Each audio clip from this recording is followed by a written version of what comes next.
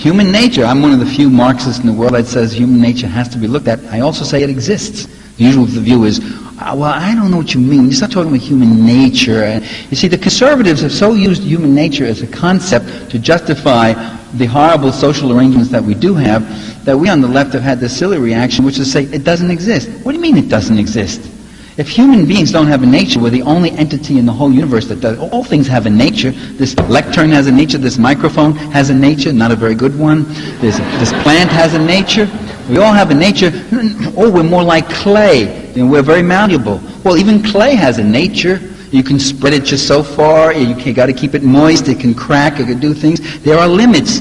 And we have to then have expectations and understandings of these things and not be so naively enamored with our ideology as to not look at what people are actually doing and capable of. I think human nature is horrible. I think it's terrible. I think human beings, if you read history, it's just horrible. It's just horrible and disgusting.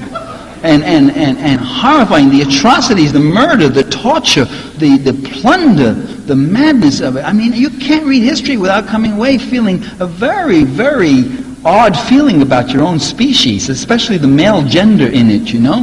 It's really amazing. They're horrible creatures. The women applaud, the men sit silently.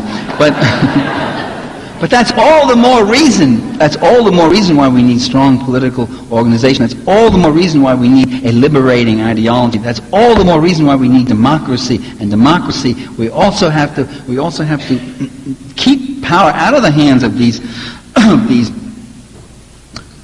avaricious ones, especially.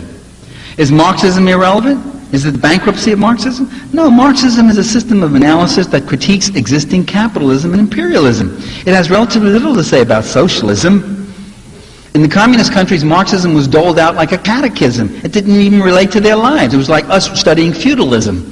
It had to do with a different set of social relations than the one they had, although they were desperately in need of a critical theory of their own about their system, as I tried to, in a very sketchy way, map out here today. I mean, I've tried to do an awful lot. I mean, go the whole range of the thing, and I know I haven't succeeded all that much in any of it, but anyway, you get what I'm doing.